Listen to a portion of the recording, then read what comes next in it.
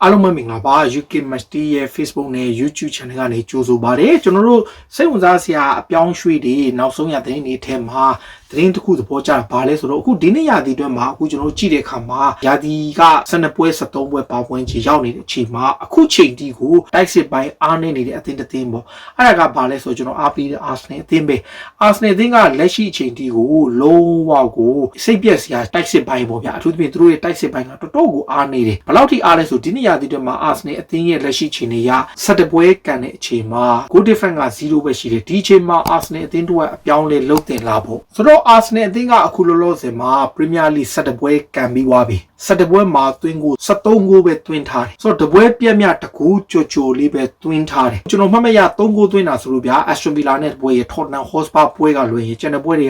ကဒီလိုတွေကြီးပဲဒူလိုတွေပဲဆိုတော့လက်ရှိနေထားရ Arsenal တိုက်စစ်ကအခု17ပွဲမှာ6ပွဲနိုင်2ပွဲတည်3ပွဲရှုံးရာသီဖွင့်3ပွဲရှုံးပြီးတဲ့အချိန်နောက်ဆုံးကန်တဲ့10ပွဲမှာ6ပွဲနိုင်2ပွဲတည်ကြတယ်ဒါပေမဲ့73ဂိုးသွင်း73ဂိုးပြန်ပေးထားရတယ်ဥပမာကြည့်ရင်ဗျာဇယားထိတ်က Chelsea ဆိုရင်အထောင်တိုက်စစ်မှုလူကာကူရှိပေမဲ့လည်းသူကိုယ်တိုင်2ဂိုးပဲရပေမဲ့လည်းအခုစုစုပေါင်းသွင်းကို29ဂိုးသွင်းထားတယ်တစ်ဖက်က Manchester City ဆိုရင်22ဂိုးသွင်းထားတယ်နောက်ဆုံးဗျာ West Ham ဆိုရင်23ဂိုးသွင်းထားတယ်ဒါလီဗာပူးဆိုရင်30ဂိုးတောင်သွင်းထားပြီးတော့ Arsenal က73ဂိုးနဲ့ Manchester United က19ဂိုး Arsenal ရဲ့မြို့ကန်ပြိုင်ဘက် Tottenham Hotspur ကတော်တော်လေးကိုချီနေဆိုပြီးတော့ခုလောလောဆယ်မှာသူတို့9ဂိုးပဲသွင်းထားတယ်ဆိုတော့ဒါလက်ရှိနေထားတယ်ဒါပေမဲ့ပြောချင်တာကဘာလဲဆိုတော့ Arsenal အသင်းက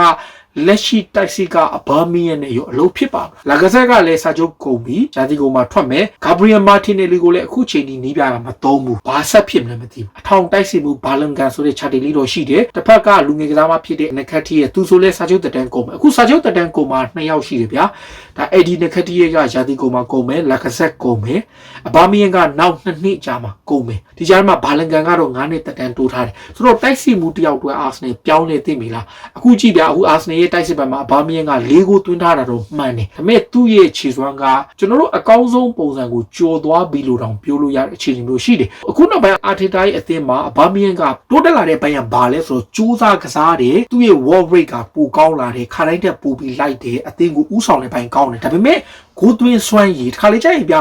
တိုက်စစ်မှုကောင်းတယောက်ဆိုရင်9ရသွားမယ် chance တွေတော်တော်များများ half chance ပဲဖြစ်ဖြစ်နောက်ဆုံး full chance ဆိုရင်လည်းသူဂိုးမဝင်ဘူး half chance လည်းဂိုးမဝင်အခုဆိုရင်ကြည့်ပြ Arsenal ရဲ့နောက်ဆုံး penalty 3လုံးပါဘာမီအကုန်လွဲတယ်ကျွန်တော်မမရ Tottenham Hotspur နဲ့ Wembley ကွင်းမှာကန်တဲ့ပွဲရဲ့နောက်ဆုံး minute မှာရတဲ့ penalty လည်းသူလွဲတယ်ဒါဟိုတနေ့က Aston Villa နဲ့ပွဲမှာလည်းဂိုးသမားဆေ့သွားတယ်အဲ့ဒါကိုမှကန်ကောင်းလို့ပြန်သွင်းတာနောက်ဟိုတနေ့က penalty မှာလည်းထပ်ပြီးလွဲတယ်ပြောချင်တာကအဲ့ဒါအရေးကြီးတဲ့အချိန်မှာ Arsenal တို့ရဲ့အာမကိုရတဲ့အချိန်ဟုတ်တယ် Arsenal ရဲ့ Magic FA Cup မှာသူ့ရဲ့ Magic ကြောင့် champion ဖြစ်တာတော့မှန်တယ်ဒါပေမဲ့ Pierre Emerick Aubameyang တယောက်ထင်းတဲ့ Arsenal ကဖြစ်ပါလာဂဆက်ကဂိုးမရဘူးကစားပုံကောင်းတယ်လာဂဆက်ရှိကကျွန်တော်တို့ဂိုးမျှော်လို့မရဘာကြောင့်လဲဆိုတော့သူကစားတာဒီဖြစ်နေတယ်နံပါတ်10ရိုးပုံစံကစားတဲ့ခါမှာလာဂဆက်ကိုယ်တိုင်လည်းဂိုးမရတော့လာဂဆက်ရှိကလည်းမတွေ့ရဘူးဒီချိန်နဲ့မှာအားထားရမယ်ဆိုတဲ့ Gabriel Martinelli ကလည်းမိနစ်90ပြည့်ကန်နီး2မိနစ်3မိနစ်လိုလောက်မှပဲသူ့ကို3ဒါကြရင်ပြန် injury တိုင်းရောက်မှပဲ3တာဆိုတော့ကျွန်တော်စဉ်းစားလို့မရအခုတိုက်စစ်ပိုင်းမှာဘာလင်ကန်ကိုလည်းသူတို့ငားချဖို့လုပ်နေတယ်အဒီနခါတီးကလည်းတိတ်ထူးချောင်းမရှိလို့သူတို့အားကိုးတဲ့ Nicola Pepe တို့ပါတော့လည်းဂိုးပေါက်ပြောင်းဆိုတော့လက်ရှိနေထားရ Arsenal မှာဂိုးရဖို့က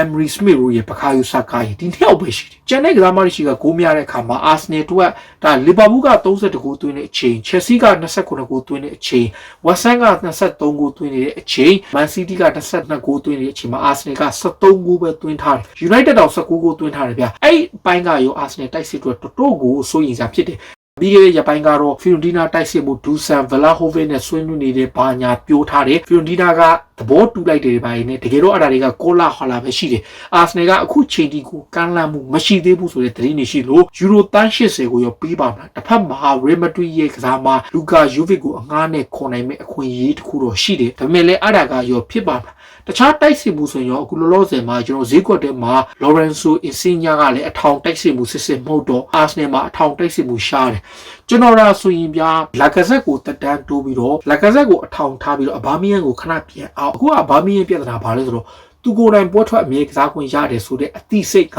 အတင်းကောင်းဆောင်ပဲဒါကြောင့်ငါပွဲတိုင်းပါမယ်ဆိုတဲ့အစိတ်ကြောင့်ပဲခြေစွမ်းမကောင်းတော့တဲ့သူ့ကိုပြန်အောက်ပြီးလာဂဆက်ကိုသုံးလာဂဆက်ကိုပြန်မြူးတဲ့အခါမှာသူတို့နှစ်ယောက်ကိုပြိုင်ဆိုင်မှုပြင်းထန်ပြီးတော့မှပဲပိုကောင်းတဲ့အခြေအနေမျိုးဖြစ်မယ်အခုလောလောဆယ်မှာတော့ Arsenal ရဲ့တိုက်စစ်ပိုင်းက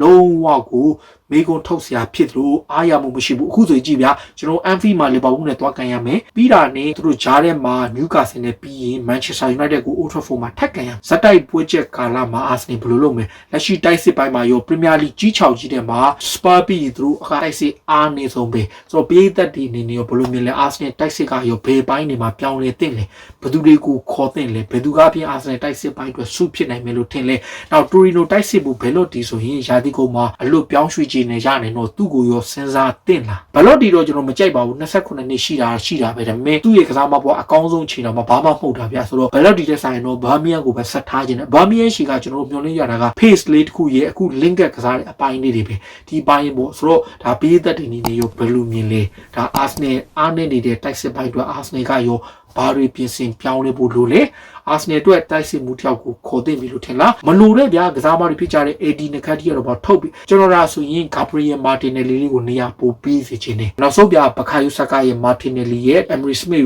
ကိုထားပြီးတော့တိုက်စစ်ကိုစင်သူပြည့်ကိုနိုင်လောက်မယ်ထင်တဲ့ပွဲမျိုးဥမာထားပါတော့ကိုက2ဂိုးလောက်ပြတ်လို့ရှိရင် Martinelli ကိုနေရာပြန်ပေး Martinelli အဖေဆိုရင်ကြည့်ဗျာသူ့ရဲ့သားဖြစ်သူမကစားရတဲ့အခါများတဲ့အခါကျတော့ပြောင်းရွှေ့တဲ့နေတော့မှသူလို့ဖြစ်တယ် Juventus ဆိုရင် Lacazette နဲ့ Martinelli တို့နှစ်ယောက်ကိုစိတ်ဝင်စားတယ်ဆိုတဲ့သတင်းရှိတယ်ဆိုတော့ Manchester United ကရောင်းမယ်ဆိုတဲ့ Anthony Martial ကိုရောခေါ်တင်လာအထောင်တိုက်စစ်မှုကလည်းအမှန်တိုင်းပြောတိတ်မရှိတော့အသေးတော်တော်များများမှာအဲ့အတွက်ကြောင့်တော်တော်ကိုခက်ခဲနေတဲ့အချိန်မှာ Arsenal အသင်းအနေနဲ့ဘာလို့တင်လဲဘယ်လိုပြောင်းလဲတင်လဲဘယ်လိုအနေအထားမျိုးကိုပြောင်းချင်တယ်လက်ရှိ Aubameyang ရဲ့ Lacazette ရဲ့ Martinelli နဲ့ Bellingham တို့ Eddie Nketiah ရဲ့တိုက်စစ်က3ဂိုးပဲသွင်းထားတဲ့တိုက်စစ်တွေတော့ဘာမှအလုပ်ဖြစ်မှာမဟုတ်ဘူးဆိုတော့ဘေးပိုင်းနေမှာ Arsenal ပြောင်းလဲတင်တယ်လို့ထင်တယ်ဘေးသက်တွေနဲ့ကရောဘယ်လိုမြင်ကြလဲကိုယ့်ရဲ့မြေလေးတွေကိုကိုမမောင်ဝင်ရောက်မှတ်ချက်ပေးကြပါလို့ကျေးဇူးတင်ပါတယ်အရေးတော်ပုံအောင်ရမည်